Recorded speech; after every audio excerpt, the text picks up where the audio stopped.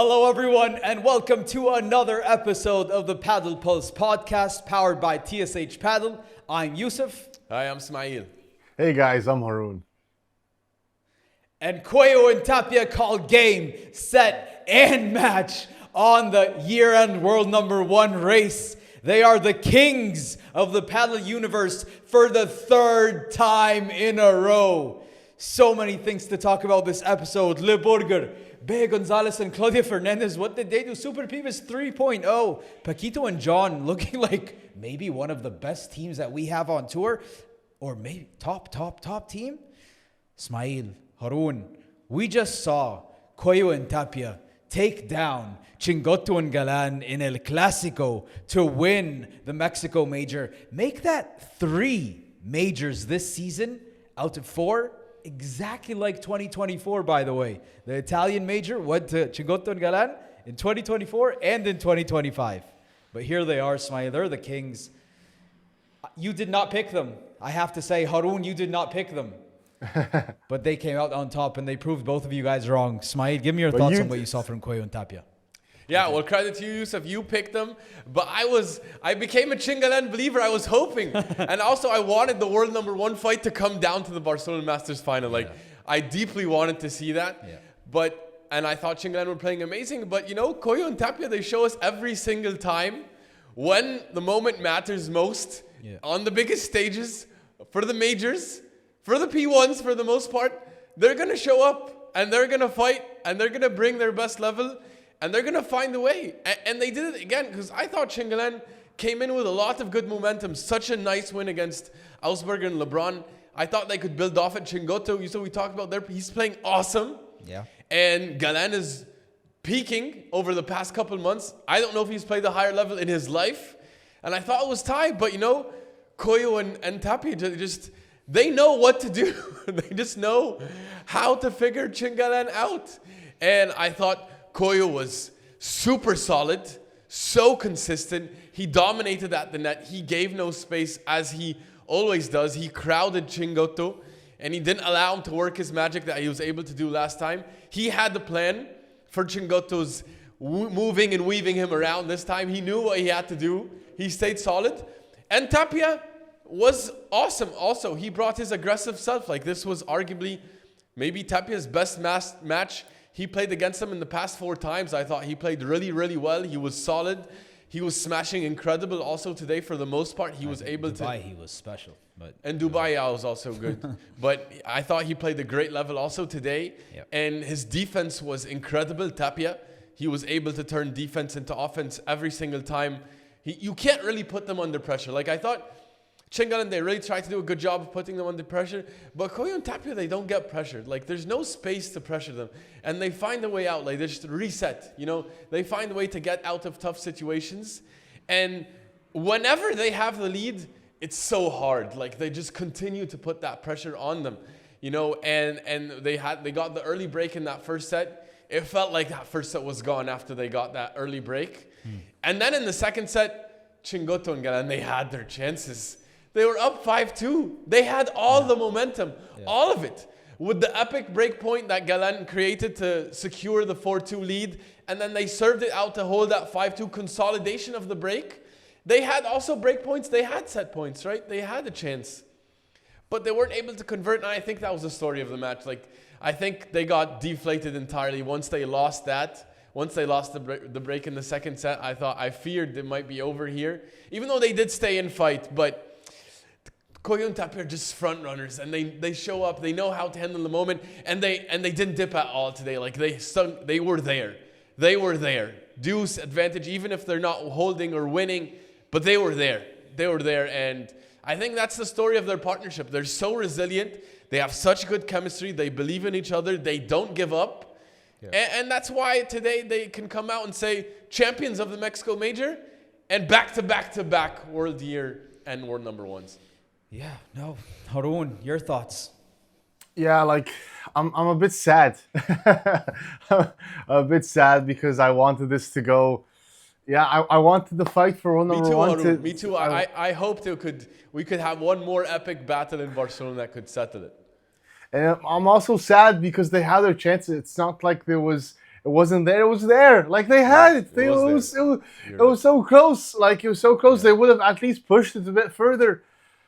And the score does not do it justice. Like 6-4, 7-6. Like there were so many ups and downs happening in that match. Like where where Coello and Tapia had the lead in the first set, and they took that first set, I would say, convincingly, and then the second leg completely flipped over, and then Chingalan have complete control. They're going up 5-2, even though with all the crazy shots that were happening, they were still managing to take the lead there, and then they unraveled and lost 7-6. Like that's really tough. Like that really hurts you. And I think as the momentum keeps on going back to Coello and Tapia's favor, you feel like this is a tough battle to climb. But to me, what I felt like, building on the point that you're saying, Ismaeel, about the resilience, like when I was watching them, like Coello and Tapia, they knew that Chingalan are gonna come and bring their all. They knew that this is a match that they're really gonna fight the hardest, because that's their goal that they've been making very publicly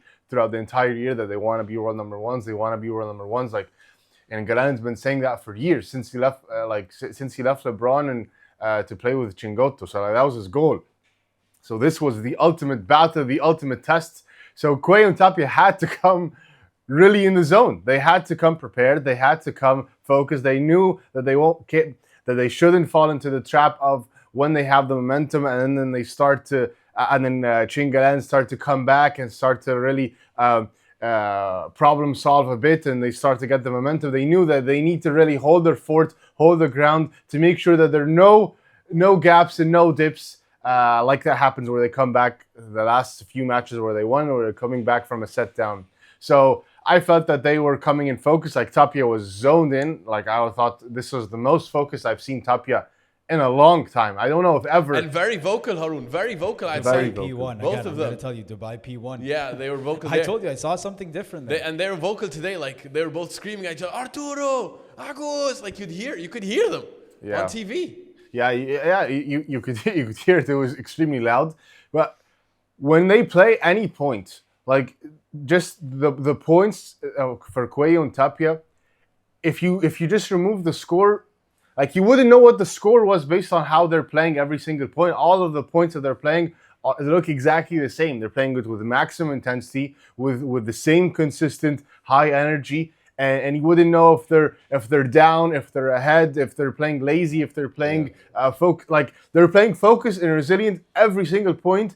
And that's what they needed, because if you saw the insane shots that they were coming up with, even when they were down 5-2, 4-2, like that's to me the story of the resilience, like you're saying, Ismaeel, and just how consistent they were, and they had to bring their game because they knew that they wanted to avoid falling into the trap that they fell into multiple times, where Chingalan find a way to just magically win the second half of the match. So a credit to them, having 12 titles the season. Unbelievable, and amazing record right now.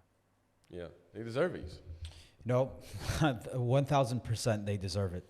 But you know, what changed in this match, and I believe which we did not see in the matches before, is because you know we've become accustomed to the fact that there's this Galan Chingoto magic that starts happening for a few games, and then that's when they run away with the match, sometimes the set, and the past few times the match, right? And we saw that bagel that they gave him 6-love in the final set, and you felt that magic was coming during that time when the point that you pointed out, the 4-2, the insane defense from Galantigo, and then the side glass to winner to break. But what was different this time is because sometimes whenever it happened, Arturo Coello would start rushing, and he'd start playing more, I think, frantic, and he's not making the right decisions. And that didn't happen this time. He played the same paddle, just more intensity. And even on the bench, Gustavo Prato told them, we want to put pressure on them. Put pressure. And he told them, it's the only way we actually know how to play. So, Agus, let's go and play that way. And that's exactly what they did. And then they held the fort, 5-3, 5-4, put the pressure to break, and then you know what happened. It was an easy break the way there was it was that game. It was that game when he told Prato that, okay, we're gonna play the way we play, and how we do that, it's we put pressure. Let's go do it, Agus. And, you know, they're on a different level because the visualization that they have, they know that getting up off of that bench, they know what they're going to do. And it happens every single time. When they say something on the bench and you feel like there's a shift in energy, they go and they make it happen. So that was really spectacular from them in that standpoint because I was like, okay, it's going final set. They said, nope, not happening this time. Arturo, I love that he was poised. And Tapia, when he's on it, he's on it. And I think that's something that he has. His level, sometimes, like, he wasn't the one that broke in those matches. It was actually Arturo. And Arturo fixed that the past 2 tournaments. And that's why they're going home as world number 1 to end this season. But they were also able to put so much pressure on Chingoto and Galan in the service games. And every single service. They were tough holds. So many tough holds. And then on the other side, Chingoto and Galan, they were making unforced errors like crazy. And by the way, return errors. Yeah, a lot of return errors. So if you're not gonna put any pressure on them when they're serving, and they're gonna put all the pressure on you when you're serving, and you're not like, then these guys are gonna be so relaxed. Like you're playing with double the pressure the entire match. So, you know, Haroon, I just think that was those were the 2 takeaways for me, is the fact that they were able to, Coello was able to not fall into his rushing, frantic tactics, I would say. Yeah. And the fact that they did not let up at any point. Like you said, Haroon, they were on it. And if you do not know the score, they're 100% locked in. They don't care, okay, we have the lead, for example. No, every single game, if you're going to take, if you're going to take a point off of us, it's going to be tough. We're not going to make it easy. And that's exactly what happened. Here they are, champions. Yeah, that's such a good point because it's true that every single match or the past matches when Chingalan would win, they would create magic but then also Coello Tapia would dip. Yeah. And mainly Coello. And we discussed this before about him rushing, but today it was like whether they had themselves, Coello and Tapia, like spectacular points, spectacular finishes, they weren't unfazed. Like they would celebrate in the moment, but it wasn't like they weren't in a different emotion state. Like they didn't let the highs take them too high or the lows take them too low. They really stayed locked in. They were right there. They stayed locked in the whole time, and that was awesome. Like even Tapia had an amazing exit that we saw, and then he just stayed locked in right after. Like it was business. Yeah, they were on a business trip. I told you they were on a business trip. I told you the eyes, Chico, they don't lie, and the eyes did not lie in Dubai, and they did not lie in this tournament. That's why when we did the Who You Gots, and I know Chingalan had an amazing win, and they had a tough one against Paquito and John that we want to talk about Paquito and John in a bit, but like I'm like, no, these guys are on a mission. And whenever they're on a mission, I can never bet against them. They're awesome. They're awesome. They are so awesome. And I love their chemistry as a team. I can't get enough of it. I just love how they handle the bench interactions, the dips in the match when they're down, when they're up. I really love it.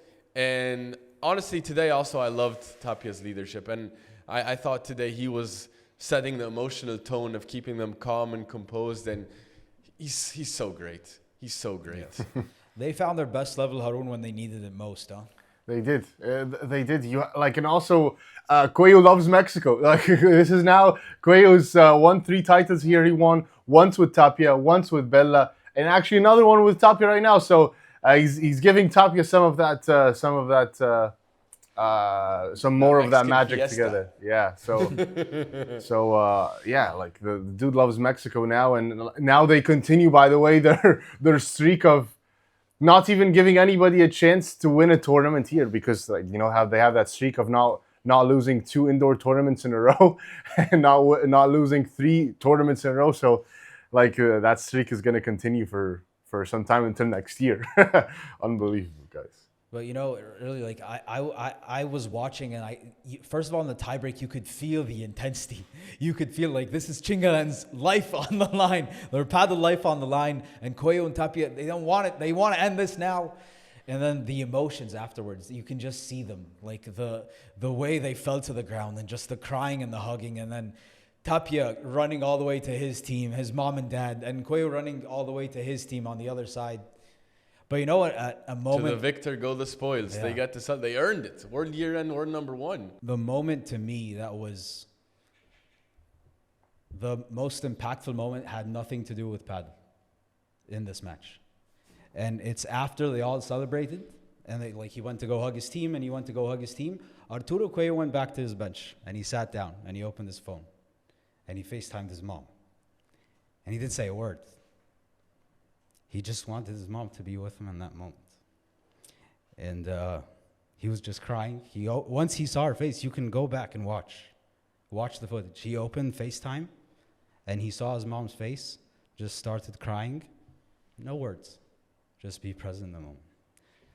I loved it. That's awesome.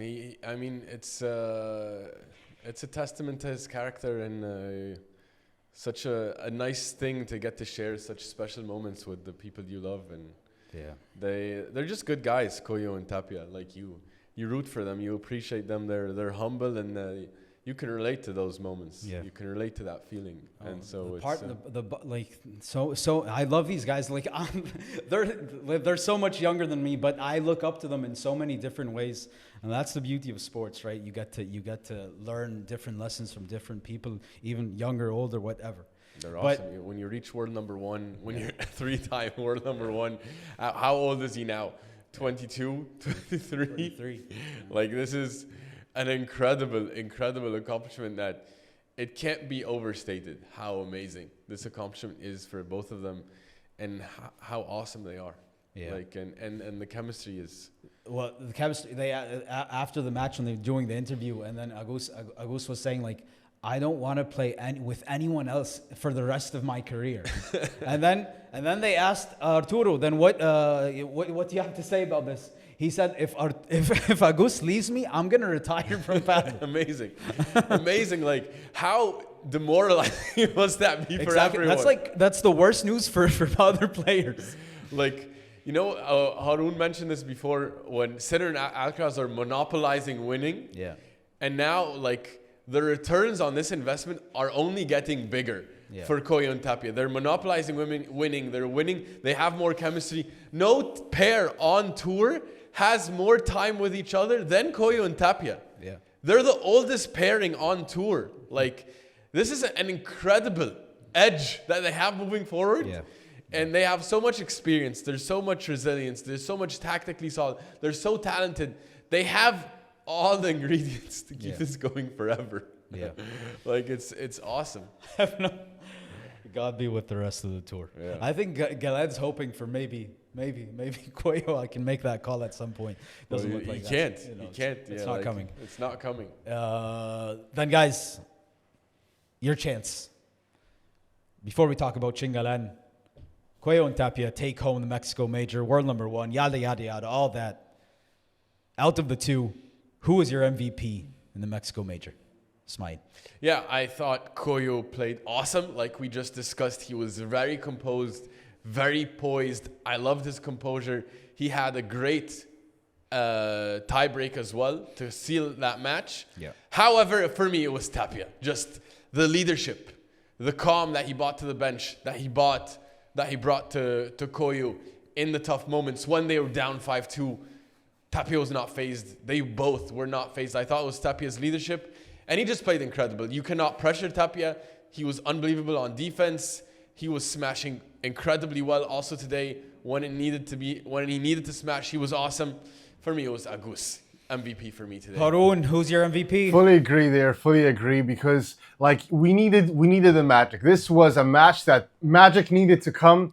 And although Coello did fix the problems, the dips, or when he rushes or unravels a bit against the losses with Chingalan before, however, this is a match that we needed to bring all of the juice possible, and I thought that Tapia brought it all, and you could see all of the spectacular points, not only the consistency, but he was bringing a level that was unreal.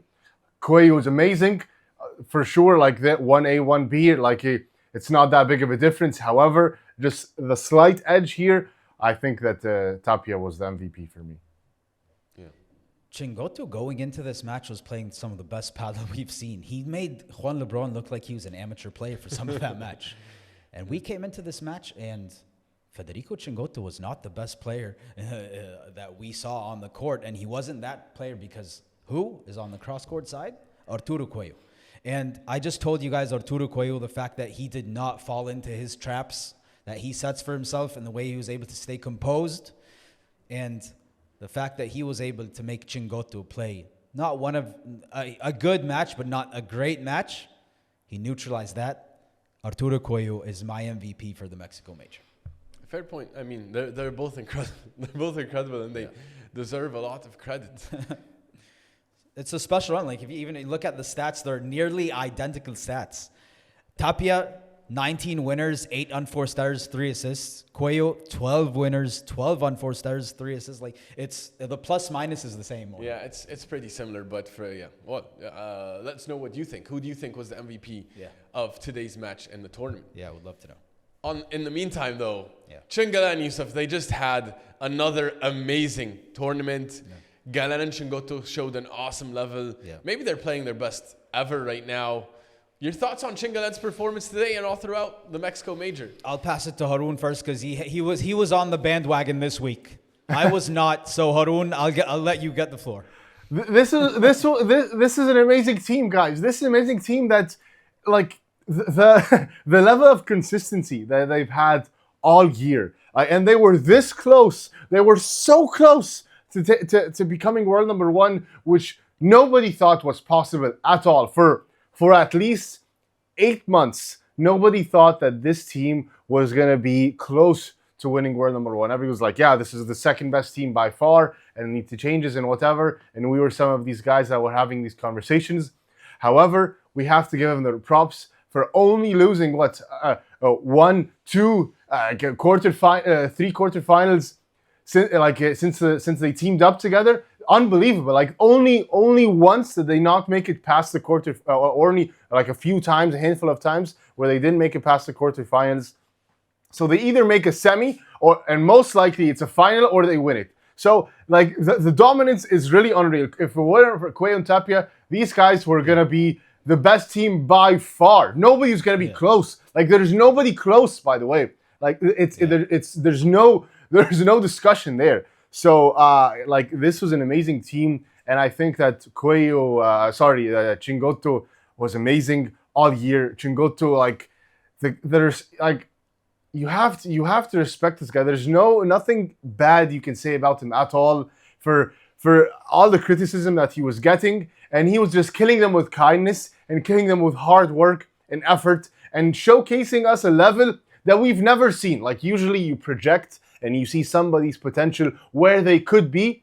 Nobody saw this level from Chingoto at all. Not even close. Not even close. So I was so impressed. I'm so happy for these guys, and they have a lot to take into the next season. And just unbelievable run. Unbelievable. Galan was outstanding. He's playing the best padel he's ever played. Better than when he was back-to-back world number 1. And Chingoto, who was nowhere near. High praise there from you, Haroon. Well, his words, by the way, he said that he's playing better than when he was world number 1. If you go back and watch the tape where he's playing with LeBron, he did say that. He looked like, by the way, a top 10 player, like a top 10 player compared to now. Like this is is completely different player. So unbelievable run, guys. These are an amazing team, and what are your thoughts, Ismaeel? Yeah, well, I agree. Yousef, what did you think about Chingalan, though? First of all, my thing about Chingalan is we have to evaluate them in a vacuum.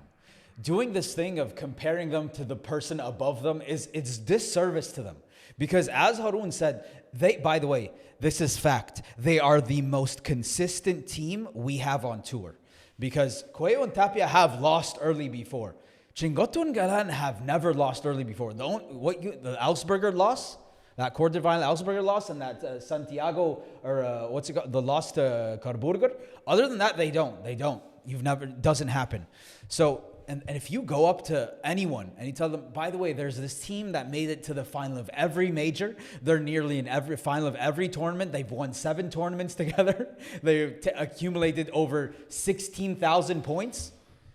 Absolutely iconic. Like, just because they have Coello and Tapia ahead of them, we're not able to appreciate them for what they've done. And I love this team. I absolutely admire everything Haroon said. And like, we dropped a post on TSH Padel just to say thank you. Thank you for showing us the dedication, the hard work, the believing in team, the believing in self, the overcoming obstacles, the ignoring criticism just the beautiful paddle overall. All these things are reasons to admire them. And this was another amazing run. They played an amazing final, by the way. It just wasn't up to the Coello and Tapia level. What they did not do, they didn't convert the chances that they had. And how many were they? Very few. They're 2 or 3. But other than that, an amazing team, an amazing year, an amazing run in Mexico again. Let's see what happens in the Barcelona Master Final. But Chingoto and Galan, I'm still beyond impressed. I'm so happy. I'm so happy that with Chingalan are where they are right now. I couldn't agree more. Like a couple months ago, we were just sad as Padel fans that we didn't have a rivalry with Coello and Tapia. They gave us that. We were just upset that like at the top it just felt so dominant, and now they turned this into a rivalry. Yeah. And I have to agree with Haroon also that Chingoto especially got a lot of the criticism and the critiques, and Galan's leadership and brotherhood with him to block the noise, to instill belief, to instill confidence, to just breathe power and confidence into Chingoto. Chingoto 2 years ago or 2+ years ago was not this player. He was not. He was losing. He was in round of 16s, and you don't have to go back 2 years, man. You don't have to go 2 years. You can go back a couple months if you want. He was not this player. Yeah. He was not this player, and this is Galan bringing him to his level. The coach breathing confidence into him, and him, and him fighting, of course, and just showing pure heart. And now we have a heck of a team. And now they're one of my favorite teams to watch. Yeah. And I'm rooting for them because I just love the heart and camaraderie and brotherhood I see from this team. And I hope they can go all the way. I hope they stay together. Second oldest team, by the way, after Coello and Tapia. So again, the returns to sticking with the project. I want to thank Chingoto and Galan for sticking with the project and showing us that it's not about quick switches. And this is what I love about them. Galan, I agree, is probably playing the best paddle of his life. Especially in that Ausberger match, he showed me he's on a different plane than Ausberger at the moment. He's on a different level. Ausberger has a lot of work to do to get to his level. Can't wait to see what Chingalan shows us in Barcelona and beyond. Also, guys, something to note here. So let's just talk about also how many teams beat Chingalan. So there's Coello and Tapia, obviously, of course. There's Ausberger and Di Nenno when they had their crazy run in Milan. And then there's Karburger at the first tournament of the year in Riyadh, where they caught them by surprise. And the only other time where they didn't also make it deeper was when Chingoto got injured, and then they had to retire against Paquito Navarro and Lucas Bergamin. That's it. There's the list. Which was a semi-final. Which was a semi-final. The list is over. The list is over. Amazing consistency. So Coello Tapia, Ausberger, also in LeBron, Stupa, and Valladolid. That's it. LeBron, Stupa, and Valladolid. So like the list is not long at all. So this just shows you also the level of dominance. If it wasn't for Coello and Tapia, they were going to be in a different stratosphere. They were going to be probably worse than Coello and Tapia, maybe, if it weren't for Coello and Tapia. Unbelievable. They're awesome. I absolutely love this entire season from these guys. I love how the narrative completely switched after the summer off-season break. Yeah. Also the Italy major in a way, but yeah, I guess so.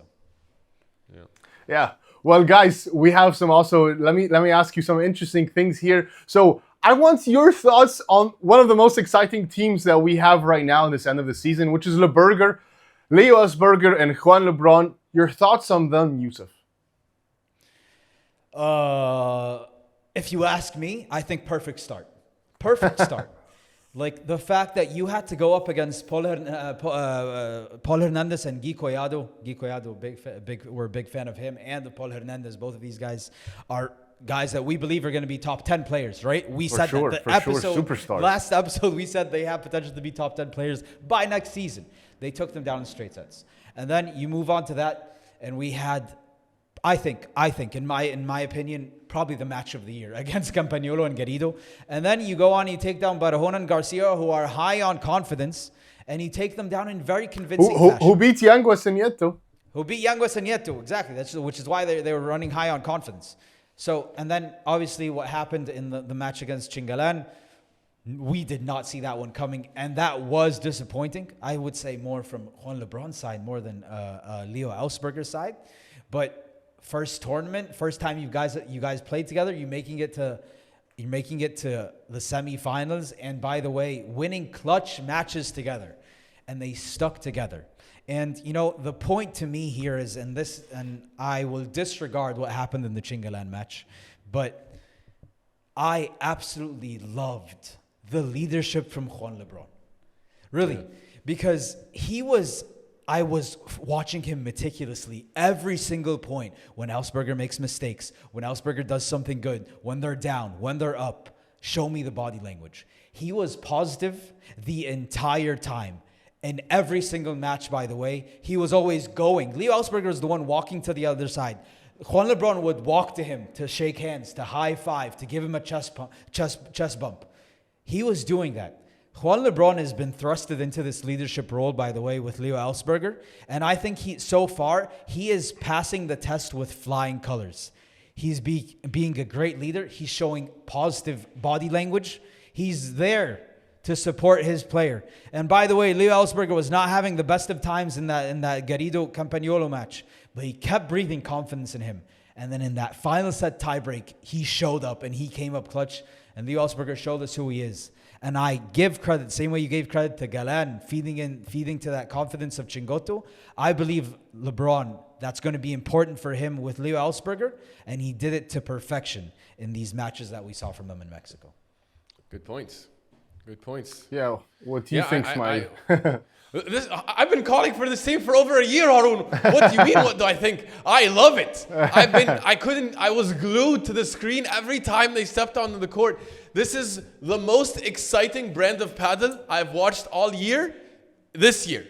It's just so exciting to watch. I love their aggressive pressure style of play. Sense bias. No, it's not bias. The style of play I love. Like, they are super aggressive. They're going to the net immediately. Like, they do not want to play any kind of defense. It's just pressure, max pressure. They're more aggressive than Coello Tapia, and they're more aggressive than LeBurger, and they're more aggressive than Chingalan. Much more aggressive than Chingalan. So I like this style of play. It's, for me, so fun to watch. And I knew they would want to play this style together, and they both like to play that style. That's why it's a perfect match.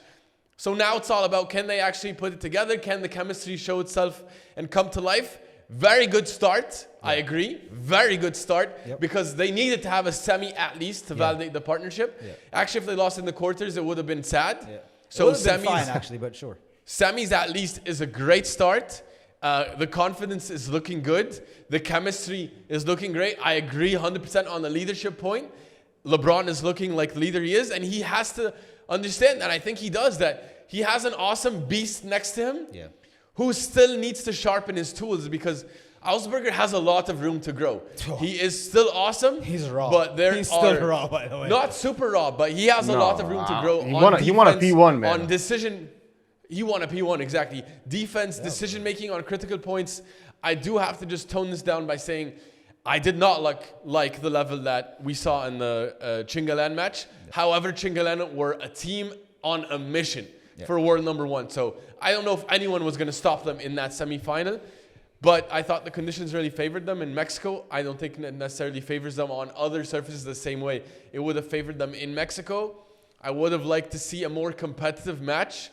Chingoto outplayed LeBron to some extent, and I also think Elsberger, a lot of shaky decision making, a lot of unforced errors. What will come with this package of this team is that there will be a lot of errors. But that's part of the magic, because they're playing a hyper-aggressive style. With more than LeBron. With Elsberger, but also LeBron. LeBron's also hyper-aggressive. But he's going to have to tone it down, because... He will have to balance it out, but they're both very aggressive and hyper-creative. Like, they both are incredible shot makers, and the court is their painting, you know? And so there's going to be a lot of creativity, and with that comes errors. But they're going to need to find that balance, especially against top teams where you can't afford to miss chances and you can't afford to give away free points, especially in big moments. This is what they're going to learn. I think LeBron is going to figure that out. I like the energy from them as a team. Haroon, it's all going up from here. It's all going up from here. I agree. It's all going up for sure. Like, there's a lot of upside here and so much potential. Like, already Elsberger is still super young, so there's so much potential for this guy, because he has... There's definitely so many things he can work on. However, I feel like this is the first time both Elsberger and LeBron played with a guy that they think is better than them. So,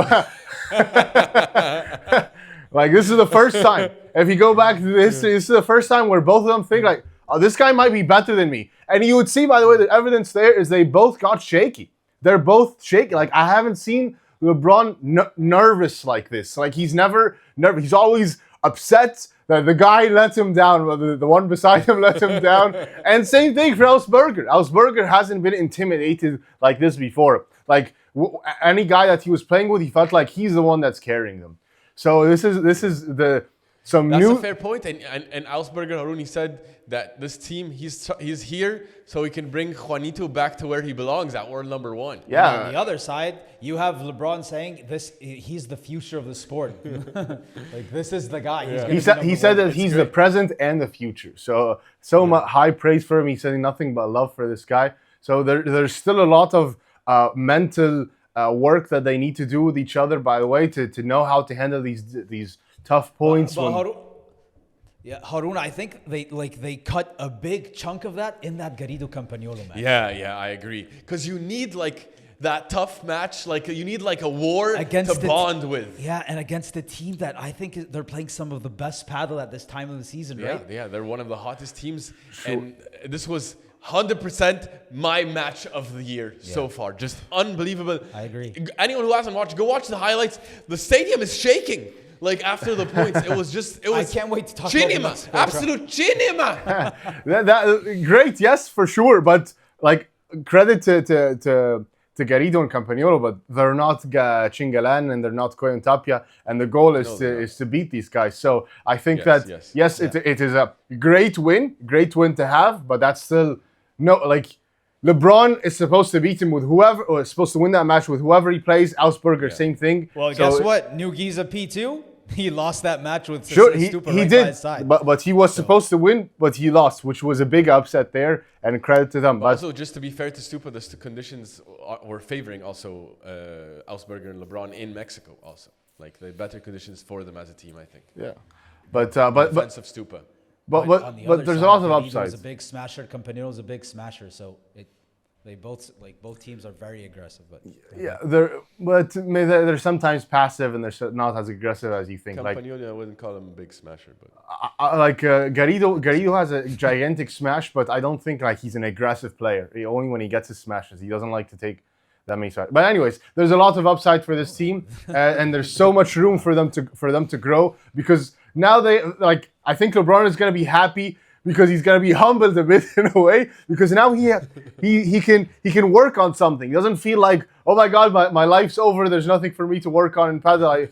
I have nowhere to go. So yeah, there's hope for him, Haroon. There's hope. He has someone. He has a real project where there is truly huge potential. Yeah. No, but when I was watching that match against Garrido and Campagnolo, and we dropped this meme on TSH Pal of like the fact that he's standing next to someone that can give like that. This is the time. This is time to whack a winner, hit that smash. What he would get from Galan, and you could see his emotions. Look at his emotions. He's like, finally, finally, we don't have to go through 10 more banderas. You can just line up and give me one. And that's what Ausberger is doing. And like I can see the relief in the body language. 100%, I can see it. 100%. It's like, thank you, God. Thank you, God, for granting me this gift. I love that point. And it's not only that point, Yousef, because like Ausberger's a hunter on the court. Like, he's looking to cut, and just like if there's a easy volley, he's looking to come in and finish it, looking to come in and hit it at the person at the net's body. Like, he's hunting. Yeah. He's on the hunt to try to end the point quickly. And that's what LeBron likes to do as well.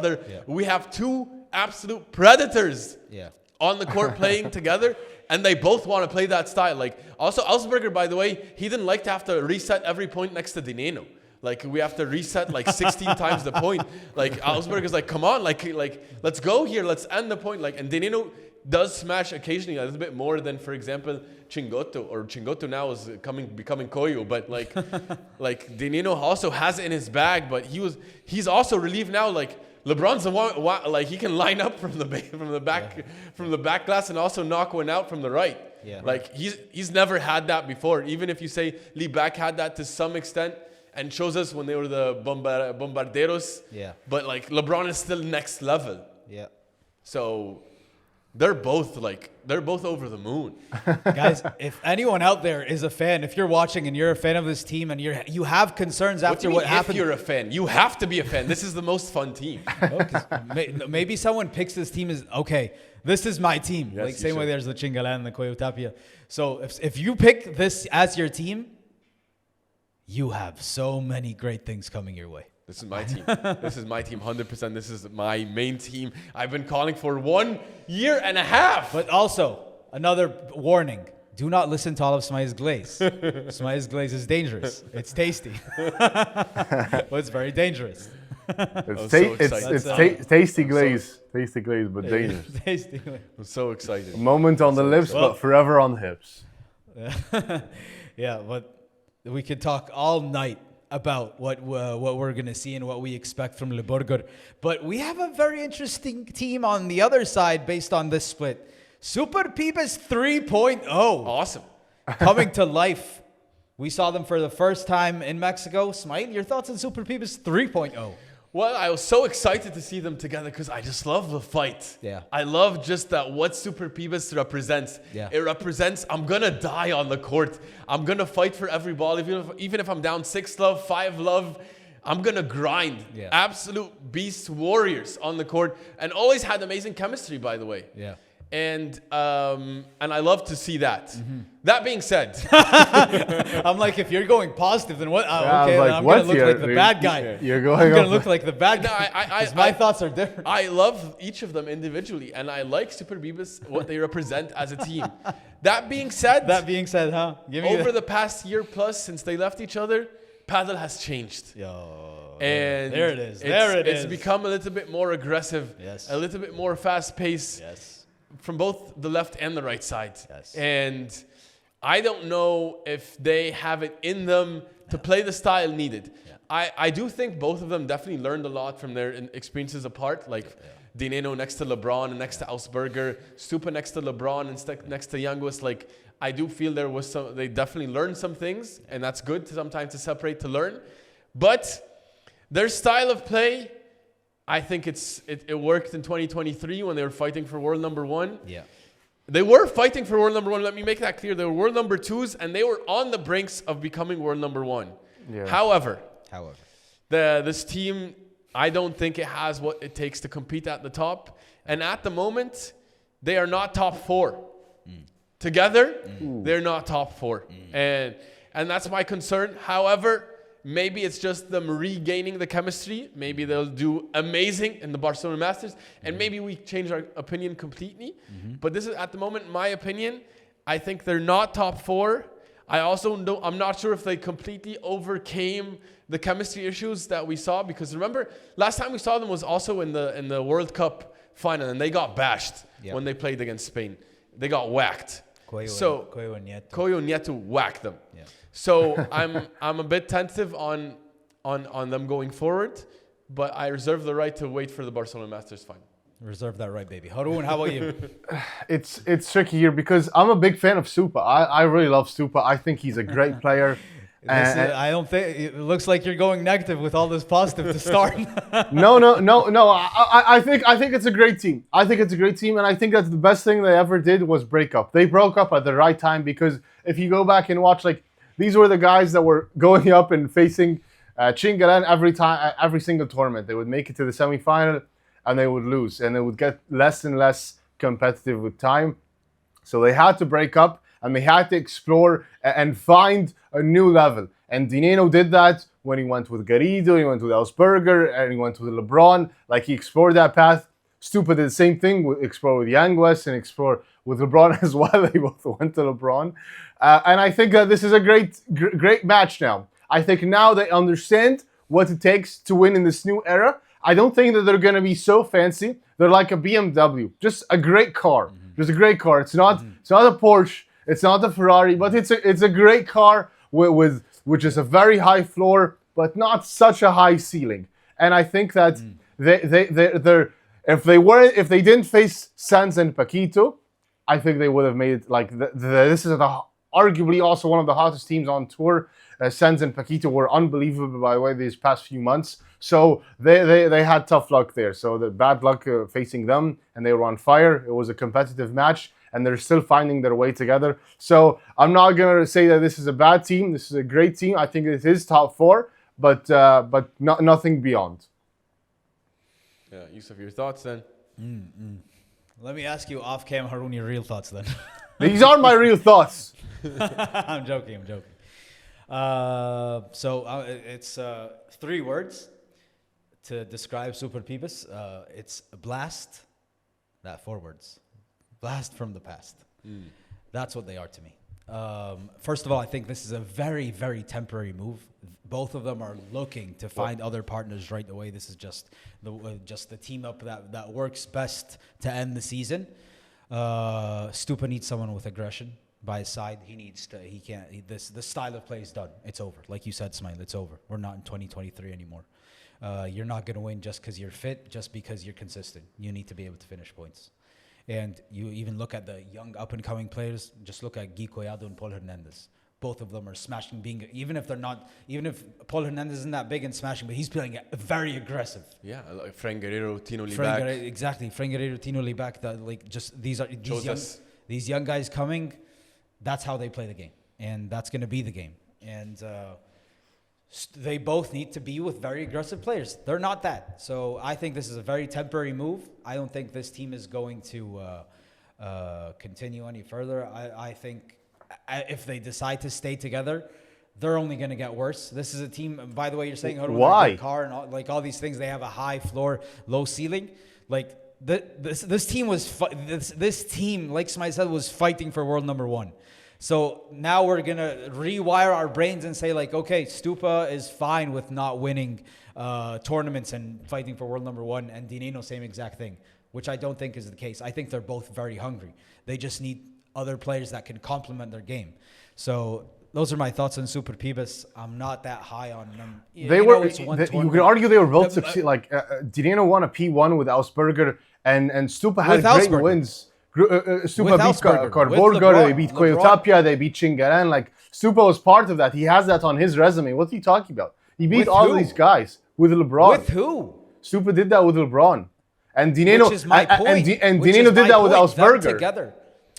You're proving my point. How am I proving your point? They share those wins. They don't work together.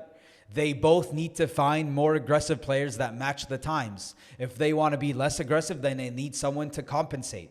And Ausberger compensates Di Nenno. LeBron compensates Stupa. No one's compensating anyone with the Superpibes matchup. They need to find firepower, and it's not with one another. So you're proving my point. But if you look at Yousef and Nieto, not like extreme firepower, and there you go, they're third best team in the world right now. So I disagree with your argument there, because they're not the biggest smashers in the world, and there they are making almost a semi-final every single tournament and barely losing elsewhere. So I think Superpibes can be the same thing. This can go on and on, but just the fact that you said Yousef and Di Nenno are in the same level of aggressiveness and smashing ability. Yousef and Nieto are a team that are not as aggressive, and they're a team that are making it to the semifinals every single tournament. Disagree, but we're not going to continue there, guys, because this can go on and on. Guys, let us know what you think about the Superpibes 3.0. Are they a match? Are they not a match? Who do you agree with most out of us? Because as you can see, we are completely divided. Actually, me and Ismaeel are not that divided, are we? Not far off. Yeah. All right, guys. We had a lot of interesting story in this tournament. We have some biggest winners. So, biggest winners of the week at the Mexico Major. 7 Australian Opens, 15 slams. Not too bad. Not too bad. Yousef, who's your biggest winner? You know, the story of this week is sticking with your partner through and through will give you the results that you want.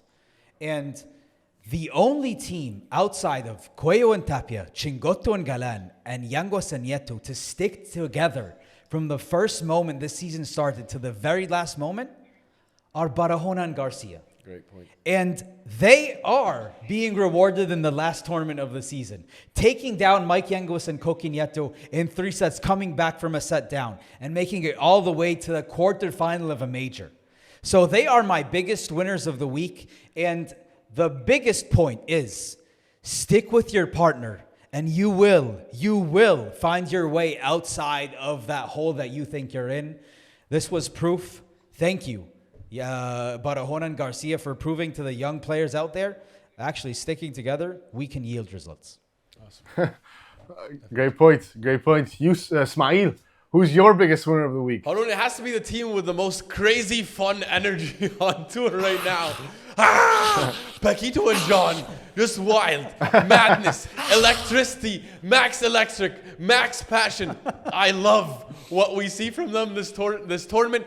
And honestly, the past couple tournaments, yes. Johnny is having the best results of his career next to Paquito. Yeah. And Paquito is looking fit. Yeah. He's looking awesome. He's looking like a great leader. They have great energy. When have you seen Paquito look this good? Yeah. Especially at this time of the year. This energized Ismaeel, like you said. This energized. I have not seen that from Paquito in a long time. Even when he had LeBron next to him, it felt like it was more tension than energy. This is now pure passion and fire. He knows what he's capable of. He knows what he can give to Johnny. He knows what Johnny can give him. Yeah. Johnny knows, and he's trying to live up to the expectations of Paquito, former world number 1.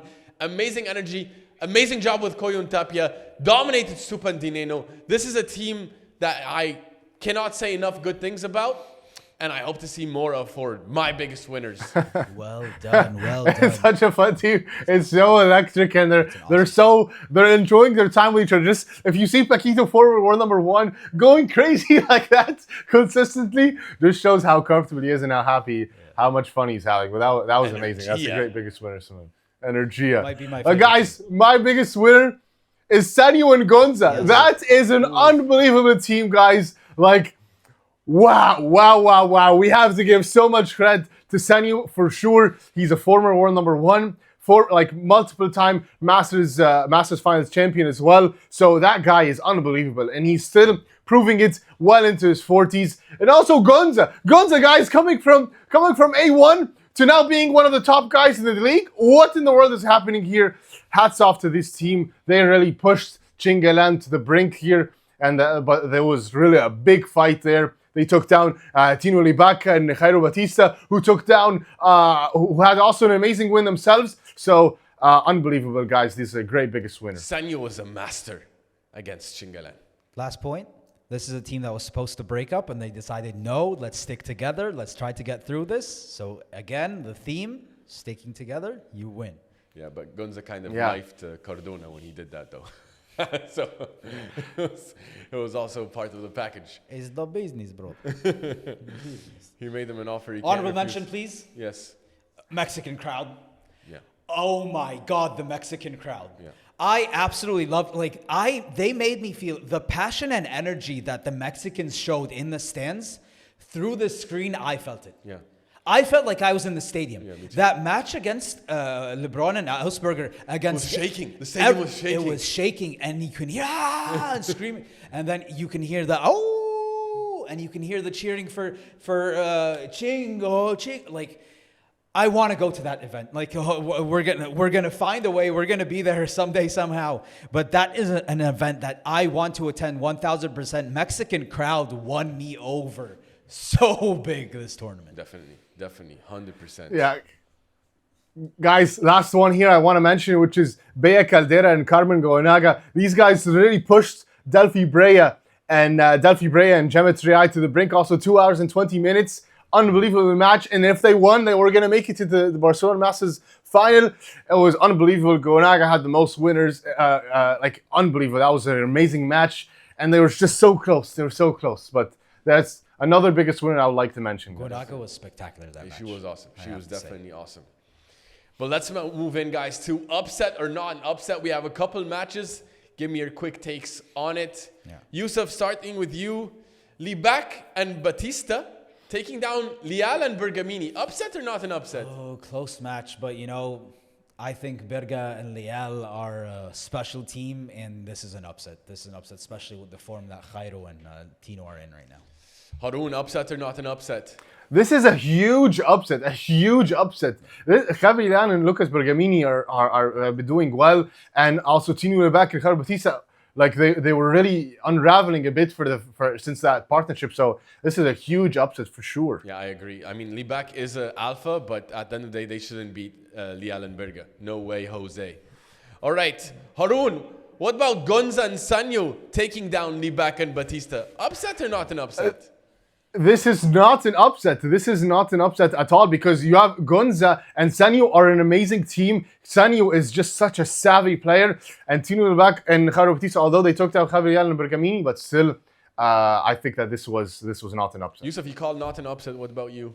I'm going to say this is an upset, by the way, because Really? after the Libak and Bautista win over Liel and Bergamini, I'm like, okay, then this is their time. They're going to show us what they can do. And Sanyo's old, man. He's 41 years old. He's an icon. But he's 41. He's able to go the distance. So, no, I'm going to call upset on this one just because of the Sanyo age and the fact that they took down Lucas and Javi. Yeah, you know what, Yousef, you convinced me, and I was on the fence here, but I also think it is definitely an upset because Libak is such an alpha. I hold him such in a high standard. Like you have to disregard ranking in this one. Yeah, exactly. And also, I thought it's a good pairing on paper with Cairo, although it hasn't panned out much better. But Gonza and Sanyo were masterful. They deserve a lot of credit. But I still, for me, consider it an upset for sure. Yeah. Well, guys, moving on to one of our favorite segments of this podcast, which is Spicy No Spicy.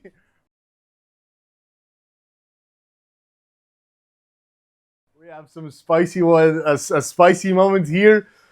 Yousef, do you want to share it? You know, every time we watch the Galan and LeBron match, we wait for that frosty handshake. And boy, was it frosty. This was no longer an embrace of like a handshake with a pat on the back. This is a firm extending arm, and you're not coming anywhere close to my personal space. With no eye contact from no LeBron. eye contact whatsoever. And then Galan made him wait a bit, like taking off his racket before he shook the hand. But this time I felt like it was LeBron who was the one being on the frosty side and Galan, but also he was the winner of the match. So I guess you're happy when you win. You have a completely different mental state. But can we solve this? Like, can we at least, like, it's been too long. It's been too long for us to still have a handshake where you put your hand out. Like, this is an absolute, like, rough. But you know what? When I see that also, I just know that they have so much love for each other because they're hurt so much. And the hurt means that there's love because that's the opposite. And so I know what I see is love, but I see it in the form of ice, baby. Yeah. Really spicy. I think it's icy. And well, when you're 1-9 against the guy, you're gonna be icy, right? LeBron hasn't been able to beat Galan at all, other than that one time they didn't validate, so he's feeling a little bit icy. Yeah. Maybe he thought this was his chance, and he knows he didn't play well. Yeah. Also, I think that must be factoring into it as well. But yeah, you know, for someone who was calling for the regresso at the beginning of the year, it's 100% over now. Yeah. Like every time they see each other, it just knocks one more nail in that coffin. Yeah. Like this is 1 zillion% over until they're like 36 or something. But this one, regresso is so done. Yeah, it's gone. But like I hope they just get on good terms. But it's gonna be a while. Haroon. It's so nice to see our growth, by the way. Yeah. The beginning of when we started this podcast and we're like regresso and all these Chingalan, and then we're completely different opinions. But that's credit to us because you know. Smart people change their minds. Yeah, I mean, smart people, they update their opinions based on facts. Exactly. So and that's what we do here. We did. On the pod. Haroon, do you have any opinions on this or no? Yeah, on the frosty side, I told you guys this is over. But like you said, Yousef, the opposite of love is not hate. It's indifference. So if there's hate, then there may be some complex love there. Maybe when they're older or something, but not anytime soon. This is it's gonna take some years to resolve. Yeah, but it's drama. But I don't care if they play again with each other, but I'd like to see a friendly behavior. Yeah, like I think we want that. Let's solve this. They're gonna need to fix it before next year's World Cup, or they're gonna have no chance. Ooh, can't wait. By the way, well, they're not gonna play with each other. Coming in, I'm thinking, ooh, next year we get the World Cup, baby. Excited for 2026. Yeah. But let's move into our next segment. Guys, we did this last week. It was fun. I think you guys liked it. Did they like it? I think so. We think you guys liked it. So we're doing it again. And that is the shots of the tournament in the Mexico Major. Ismaeel, you have one for us? Yeah, it has to be what in the world type of defense Galan showed us at 3-2 up in that second set. But they're a set down. But they have break point. And it starts off with some amazing offense from Coello. He gets a passing shot by him. Then he lines up for a smash. Galan blocks the Coello smash. He blocks that rifle, puts it back in play, lobs it up. Tapia then puts it in the corner. And then he sees Coello cheating. He knows that Coello's cheating, going in for that killer winner. And he goes side glass winner. He just shocks him. He goes cross court, side glass winner. Coello and Tapia did not know what hit them. I did absolutely not see that coming. The fact that he went for a side glass winner on break point for me is wild. And he saw Coello cheating. He knew he was cheating, and he just boom, side glass winner. Epic, epic, epic. The crowd was erupting. It was electric. 4-2. Galan and Chingoto had the lead. They had the momentum, but they weren't able to convert. But it was awesome. For a brief moment in time, Galan and Chingoto were flying. Haroon, do you have one for us? Yeah. My shot of the tournament is Tapia. Tapia to me takes the cake there. So this is happening in the second set while Coello and Tapia are down 4-2 and down 40-15. Okay, so 40-15, Galan is serving 4-2, and this is Galan is playing like he's serving to Coello, and he's playing with Coello for most of the point. Like they're playing with each other, Coello and Galan, and then just Tapia's just looking. He's looking. He's waiting for a shot. And then a lob goes to Galan, which he hits a very nice smash. I would say like an amazing smash to anybody else. That's a goner. But then Tapia goes out and just hits the most ridiculous exit I've ever seen. I was like, I threw the computer, like watching and like, what in the world is this? This is disgusting. Like he, no look, just tap into the net where it's done. It's over. Like nobody's gonna get that. I haven't seen anything like this ever. And he's walking off like it's nothing. He's walking off like it's nothing. It's so disgusting. How amazing that was. Backhand flick to the net and then no celebration. No, he knew exactly what he did. Oh my God, that was iconic. I think that was unbelievable. The stadium probably flipped over. No, that was a special one. Sorry, that was Yousef. also a special one.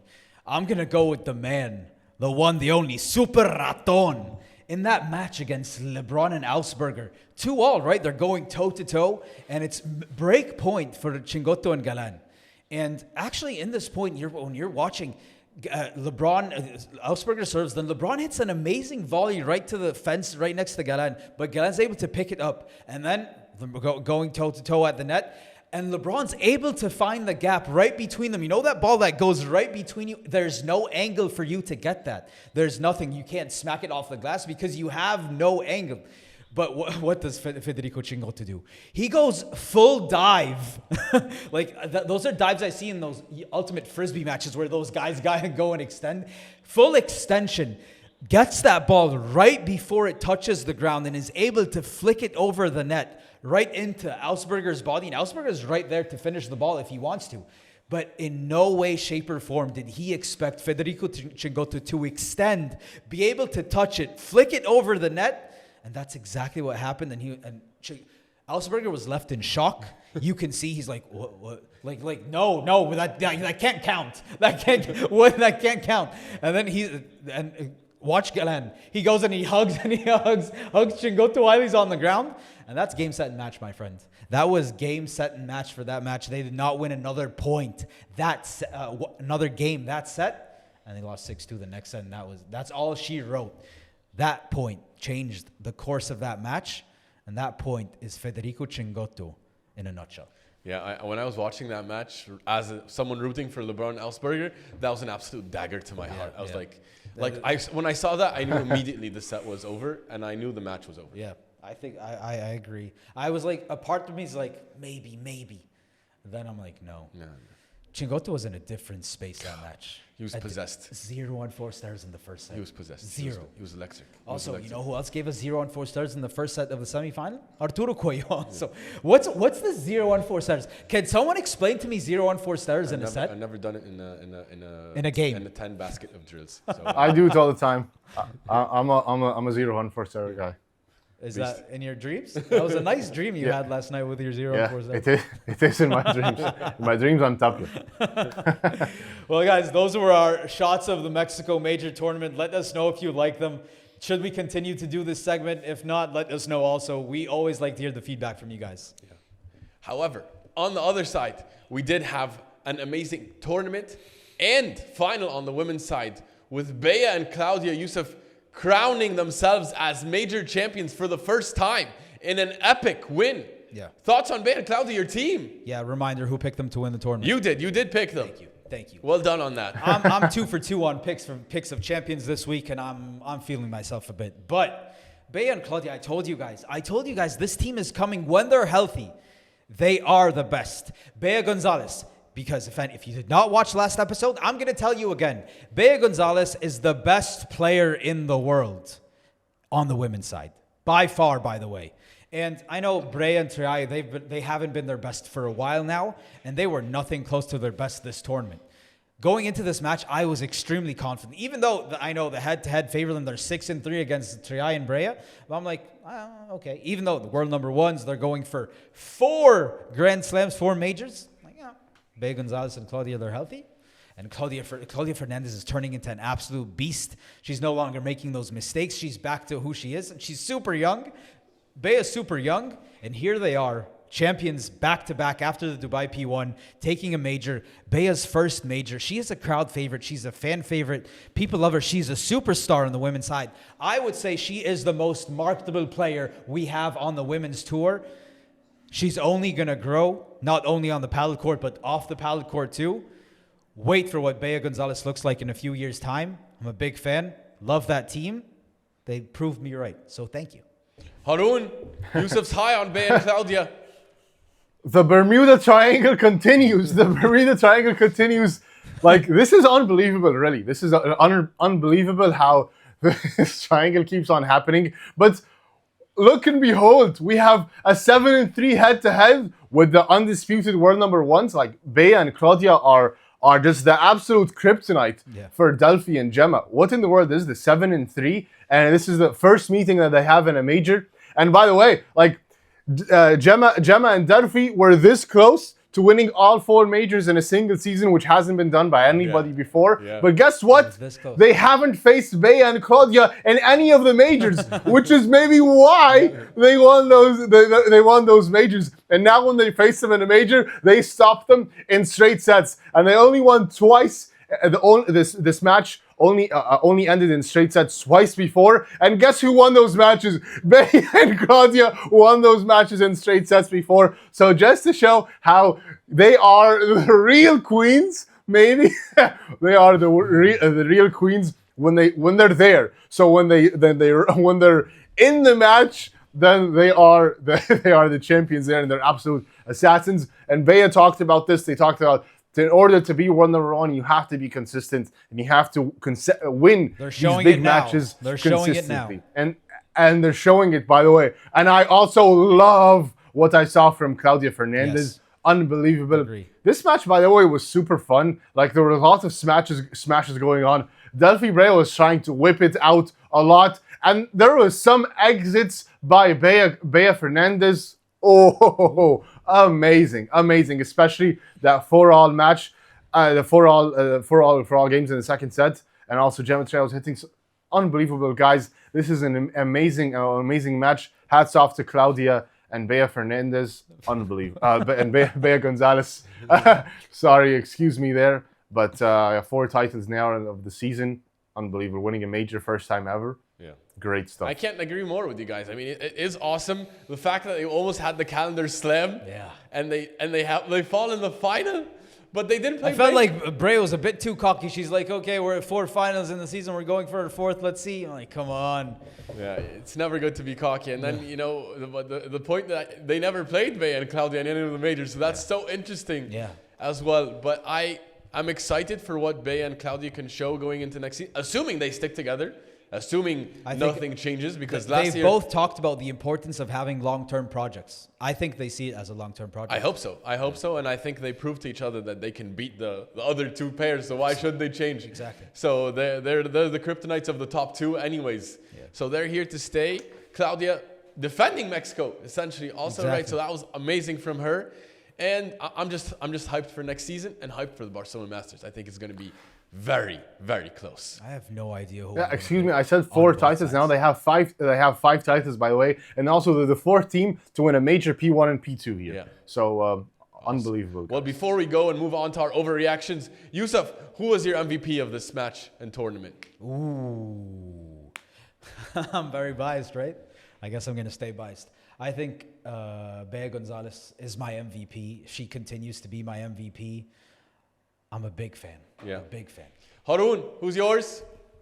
I'm going for Claudia Fernandez to me. Claudia Fernandez defends her title. She won it last time with Gemma Trai, and she's winning it again with another player. So whoever she plays with, she's going to win that Mexico title. So she is my MVP of this match, of the final and this tournament. Unbelievable things I'm seeing from this super young star. Yeah, well, I mean, she's awesome, but I have to agree with you, Yousef. It was Bea Gonzalez for Thank me. you. First of all, her plus and minus was the best on the court. Yeah. She's having more winners, less unforced errors, and creating assists. Yes. By far best plus and minus. She might be the new Galan of the female tour emerging right now. Fair comparison. And yeah, I can't wait to see 20 winners, 9 unforced errors, 3 assists. By far the best plus minus. By far the best. Yeah. Well, guys, time for my favorite segment of every episode, and that is Overreaction or Not. I'm going to tell you guys something based on what happened this week, and you let me know, is it an overreaction or is it not? First off, Ismaeel, let me come to you. Nobody will overtake Coello and Tapia for world number 1 in the next 2 years. Overreaction or not? Wow, you have Chingalan that are right on the brinks. You have LeBurger. You have other teams emerging. Superpibes. But I'm actually going to go, this is not an overreaction. They're monopolizing winning, experience, amazing chemistry. And Chingalan, I don't know if they have it in them to do an amazing season like they had this one. And LeBurger is still not ready yet. So I say this is not an overreaction. Haroon, how about you? No, this is an overreaction, guys. Come on, the disrespect here on Chingalan. And even Ismaeel, your boys LeBurger, like not even any chance for them and any new teams that's happened. No, I think this is an overreaction, guys. Definitely somebody will be in the mix. Yousef. Break the tie? Yeah. Oh my God. This is so tough. I'm going to go with, this is an overreaction. I think Chingoto and Galan have reached a different level of consciousness and what they believe they can do. And that belief, I think, came in the second half of the season. So let's see going into 2026 what they can do to start off the season. Can they punch them in the mouth a few times and get a lead? So I'm going to say this is an overreaction. Yeah. Fair. Well, how about this one, Haroon? Paquito Navarro and John Sanz are the 3rd best team in the world. Overreaction or not? This is not an overreaction. This is not an overreaction. I think they're the ones that pushed Coello Tapia to the brink. They were up 2-love in that 3rd set, so that was unbelievable there. And I think that they had have better chances than anybody else outside of Chingalan. So this is not an overreaction for me. Ismaeel. I have to push back a little because there is LeBurger, who I think is emerging. But right now, if you ask me about right now, this is not an overreaction. Paquito and John are playing the best right now, and they've built some good chemistry, and they are blazing. They're like a blazing ball of fire, and I hope it continues. I hope it doesn't burn and crash out, but right now they are the 3rd best team, Yousef, for me. Yeah, I also agree with you guys. This is unanimous. This is not an overreaction. I believe in Paquito and John. It's probably my favorite team on tour right now, outside the big guys. Yeah, Paquito and John. And by the way, John he has so much to improve. I think Paquito has reached his best, but John has so much to improve. And that's going to be dangerous if Paquito by his side can help him reach that level that he can reach. Well, how about this one? LeBurger is at least 6 months away, Ismaeel, from winning a title together. Overreaction or not? No, this is an overreaction. Don't discount my boys like that just yet. By the way, they like the faster courts, and so you never know what will happen in Chile. They can pull it off there. You also don't know what can happen in Riyadh. Remember, LeBurger took down Coello and Tapia in Riyadh in Saudi Arabia this year. Not necessarily fast courts there also. So I think some shocking things can happen at the beginning of the season. No, I'm not going to wait 6 months. LeBurger is going to be ready at the end of the offseason. Haroon, overreaction or not? I think this is not an overreaction. I think that they need some time. They need to make a final first. They need to get matches under their belt. And I think everybody's going to be super prepared when they play them outside of this. Like, it's not going to be caught by surprise. So I think this is not an overreaction. Break the tie, Yousef. This is an overreaction. I think they're going to reach the mountaintop. By mountaintop, I mean win a tournament within the next 6 months. They have way too much talent to not be able to at least steal one, during a week. Like we saw Elsberg did it with Di Nenno. Yeah. Really? With Di Nenno. He can't do it with LeBron. Like, I respect Di Nenno, but like, he's not Juan LeBron. Yeah. So, El Lobo. How about this one, Haroon? Superpibes 3.0 will have better results than Superpibes 2.0. Overreaction or not? I think this is an overreaction. I think that they were close to being world number one. They were going deep into tournaments, semifinals, finals. And I think the draw is too deep right now for them to have these same results. So this is an overreaction for me. Ismaeel. This is also an overreaction for me. So the style of play of Padel has become much more aggressive. Yeah. It doesn't suit their game style, defensive style. So no, I don't think so. Yeah, they set the bar way too high in Superpibes 2.0. That's like Dark Knight, and now Dark Knight, you can't up Dark Knight, Yeah. So I'm going, this is overreaction. Yeah. How about this one, Ismaeel? Ooh, I love this one. Ready? Ready. Federico Chingotto is a better player than Juan LeBron. Overreaction or not?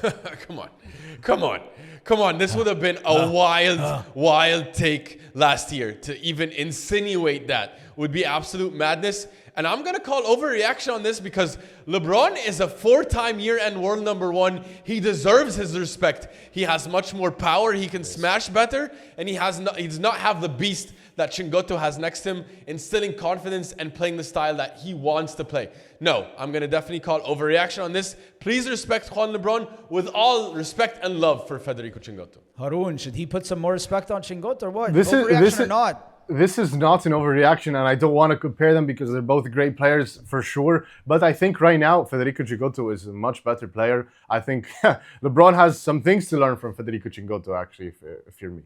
If you ask my opinion. So this is not an overreaction.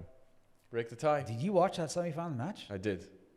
But that was one match. I'm not going to be affected by recency bias. But that's a segment based on you went back to tell me what he did 3 years ago. No, over the body work of this year. This year is enough. Just at the moment, Federico Chingotto is a better paddle player than Juan LeBron. That's fact. That is absolute fact. No, he's higher ranked. He's not a better player. Well, that's why we have this podcast, so we can all have our opinions and everyone can let us know. I think this is not an overreaction. Federico Chingotto at the moment is a better player than Juan LeBron. Well, how about this one, Haroon? Arturo Coello and Agustin Tapia will win 25 plus major titles in their career. Overreaction or not? This is not an overreaction. They love playing majors. They love playing majors. They love dominating and they love rising to the occasion. So I think this is not an overreaction. And yeah, this is just facts. Well, Coello's at 10, Tapia's at 9. Yeah, overreaction or not? Which means they need, if they're going to win 2 or 3 every year, they mean that they need at least another 7 to 8 at least good years, right? And they're both super young, so this is not an overreaction. Yeah. I definitely see this happening. I would not be shocked if they break even 30 at this point with the way they're playing, if they can get 3 plus a year. But no, I'm saying not an overreaction, Yousef. I think they're young enough. They want to play each other forever. Yeah. So with each other forever. So no, not an overreaction. I don't know. I'm going to go not an overreaction. I'm going to go with you guys. I'm like, someone's going to come, right? But like, Coello and Tapia, they're just on a different level. So I'm going with you guys, not an overreaction. How about this one? Last but not least, Haroon, ready for this one? Let's go. Bea Gonzalez and Claudia Fernandez will become world number 1 in 2026. Overreaction or not? This is not an overreaction at all. What an amazing way to end the normal tour by winning a major and getting over the hump and consistently beating the best team in the world number 1. So you just have to do it consistently. I think this is not an overreaction for me. Ismaeel. No, I'm actually going to call overreaction here because you have to understand what it takes to become year-end world number 1. And Ari and Paula know what it takes multiple times, and so do Gemma and Delphi now. And so it takes an unreal level of consistency that I have yet to see from Bea and Claudia. I think they might be a year away. I'm not ready to anoint them yet for 2026. They will become world number ones 100%. Just they're a bit young and inconsistent at the moment, I think, in my opinion.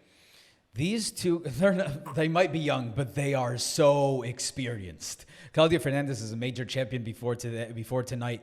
And Bea Gonzalez, as I told you guys last week, she's been on tour for 10 years and she's 24 years old. So I'm saying this is not an overreaction. Also, I am biased. And I'm going to continue to stay biased. Bea Gonzalez and Claudia Fernandez, I believe they can. And if they stay healthy, they will. All right. Well, guys, that was our overreaction or not segment. Please let us know what you think and your thoughts. It was fun. It was interesting. Would love to know what you guys have to say. All right, guys, moving on to the finale, the final tournament of the year, with the 16 best players in the world come together, with the 8 best teams in the world come together to face in an amazing tournament here. We have the Barcelona Masters Final. Ismaeel, what are your thoughts there? What do you expect to happen? Well, Haroon, I'm really excited to see about these relatively new teams with Paquito and John, with LeBurger. I want to see what they're going to look like. And now we have Superpibes, and also Yousef. Yangos and Nieto are not looking good, but you'd think they'd be favorites also going into these slower conditions in Barcelona. Every year at Barcelona, we get a new champion, essentially, for the past 3 years. So I have no idea what's going to happen. Remember when Chingalan and Di Nenno went to the final? Yeah. And the epic performance they put on there? Chingalan won it. Paquito, and last year we had Cookie and John. Yeah. It's going to be a fun tournament. Yousef, I have no idea who's going to win.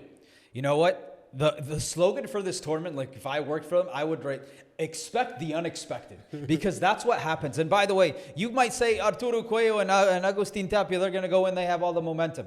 By the way, Coello said, I've never won this tournament before. Why are you making me the favorite? I've never won it, so I shouldn't be the favorite in no way, shape, or form. And then Chingalan and Galan, I honestly think Chingalan and Coello and Tapia, after what just happened in the battle, the emotions are going to come down. And I think they're going to have, like they say, trap game in team sports. I think this Barcelona Masters is kind of like, this is when the upset is going to come. And it's always a trap tournament. Yeah, exactly. That's what it has been. And that's exactly, I think, what's going to happen in this tournament. Coello and Tapia, they're going to go and they're going to fight. Chingalan, Galan, same exact thing. But after giving so much for this world number 1 race, and for Chingalan and Galan to unfortunately fall short, and for Coello and Tapia to reach the mountaintop, it's a big fall afterwards. And so I think we need to expect the unexpected this tournament. And we're going to have an unusual champion, as we have become accustomed to. Yeah, I agree. Yeah, guys, it's gonna be. How about you, Haroon? It's gonna be unbelievable for the men and women, by the way, because it's always changing a bit, and you never know who's gonna lift that title. But I think Galan is going in with the most titles. He won it 3 times before. Also, Ali Salazar is going in with 5, so she's also an unbelievable champion there. So I think it's gonna be exciting, and can't wait to see it. Can't wait to see it. Yeah, it's gonna be fun. It's gonna be fun. Well, guys, we like to let you know where we were right and where we were wrong every week. Let me sit up straight for this one. And we keep it transparent and 100 on this show. Let's start off with where we were wrong. Well, on the men's side, Haroon, I was wrong. I had LeBurger, and so are you. You had Chingalan. We were both run 0 for 2 on that. We missed there. Yousef, though, where we were right, you were correct on Coello and Tapia. Vamos. Well done there with that pick. You did see something in Dubai. I saw the eyes, Chico. The eyes. On the women's side, Haroon, me and you both had Ari and Paula, but we both whiffed again. We were wrong on that one. Yousef, you did call Bea and Claudia, and what a pick that was, because they did do it, and they dominated on the way to the title. Muchachos, gracias. So, congrats, well done. Good week for you. One final chance to right our wrongs, though, going into the Barcelona Masters Final. Yes, sir. Ready to make some picks? Let's go. Last tournament of the season, the top 16 players, the top 8 teams for one of the biggest tournaments we have on the Premier Padel Tour, the Barcelona Master Final. Haroon, who do you have winning on the women's side? On the women's side, I'm going to go for Martina Calvo and Ali Salazar. Ali Salazar is the undisputed queen. She's won it 5 times before. She knows how to win it. She's going to win it again with Martina Calvo, who is going to be also sharing some of those riches. Ismaeel. Wow, what a wild pick from Haroon. I'm actually going with Ari and Paula. I like these slower in conditions for Ari and Paula. I think they're going to have a chance to right their wrongs of what happened in the Mexico Major. I like them to lift the title here. They both won it 3 times before. I was thinking of making that pick, but I am deciding Or to go 3-2. for a third straight tournament. Bea Gonzalez and Claudia Fernandez will end the season on the highest of highs and go back to back to back. Bea Gonzalez won it in 2023 with Delphi Brea, by the way. Yes, sir. Yes, sir. But Bea and Claudia have never gone back to back in tournaments this year. They just did. They just did the Dubai P1 and the Mexico Major. First time. You're They saying back just to back did. to back. And Let's now let's see back to back to back. Let's see. Okay. Well, how about this? Ready to make some picks on the men's side? Are you guys? Are you guys ready to make your picks? I'm ready. 100%. Haroon, are you ready? I'm ready. Yes, I'm ready. Because I'm kind of not ready, by the way, but because I'm gonna think while you guys speak. So Haroon, let me come to you.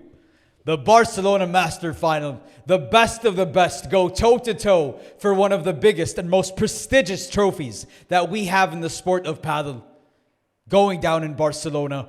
Who wins the Master Final on the men's side? This is going to be unexpected, like my pick for the women's side. I'm going for Chingalan to lift this title. Chingalan are not going to just roll over. I think they're going to need to come up with a big win to end the season, and they're not done yet. They're not done yet, guys. Ismaeel.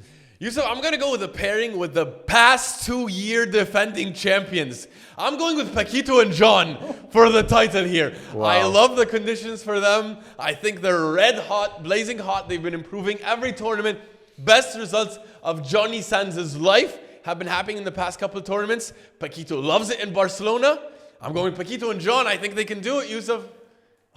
Haroon, I was going to go Paquito and John. You keep saying you're going to go for my picks. But let me Then just pick tell you 'em. something, Haroon. Pick them.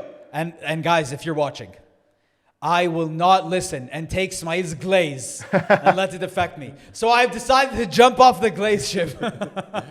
And I am going with the team that I have been supporting for the past 3 months.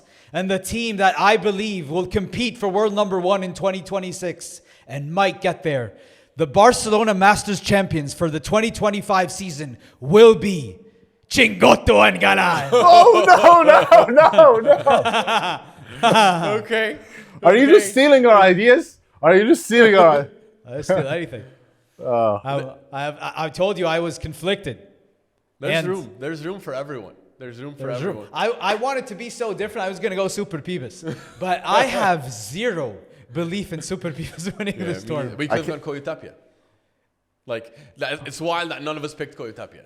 I don't think it's like you maybe in a vacuum, but like I just explained why. Yeah. Like the fact that they're coming off a high.